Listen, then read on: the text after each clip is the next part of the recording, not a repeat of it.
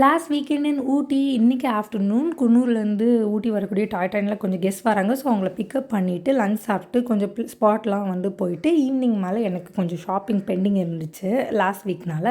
So அந்த shopping எல்லாம் முடிச்சுட்டு என்னோடய ரொம்ப ரொம்ப ஃபேவரட் மோமோஸ் வீக்லி ஒன்ஸ் கண்டிப்பாக கிரேவிங்ஸ் ஆகிரும் எனக்கு. ஸோ அன்றைக்கி அது மாதிரி கிரேவிங்ஸ் ஆகிடுச்சு. ஸோ மோமோஸும் வாங்கிட்டு வீட்டுக்கு கிளம்பியாச்சு. நான் ஊட்டியை ரொம்ப ரொம்ப மிஸ் பண்ண போகிறேன். அது நேச்சருக்காகவும் சரி, கிளைமேட்டாக இருக்கட்டும், காம்னஸாக இருக்கட்டும், ஒரு லிஸ்ட்டே நான் வச்சுருப்பேன். எனக்கு ஊட்டி எந்த அளவுக்கு பிடிக்கும்னா, நான் பார்ன் அண்ட் ப்ராட் அப்லாம் கன்னியாகுமரி, அப்புறம் படித்தது ஜாப்லாம் வந்து சென்னை, அதுக்கப்புறம் வந்து கல்யாணம் பண்ணி கொடுத்தது கோயம்புத்தூர். மேரேஜ் ஆகி 1 இயர் நாங்கள் ஊட்டியில் தான் இருந்தோம். ஸோ அதுக்கப்புறம்லேருந்து யாராச்சும் என்கிட்ட உன் ஊர் எதுமான்னு கேட்டால் நான் ஊட்டி தான் சொல்லுவேன். அந்தளவுக்கு ஊட்டி ஹேஸ் மை ஹார்ட். பட் என்ன பண்ணுறது, ஃப்ளோவில் போய் தானே ஆகணும்.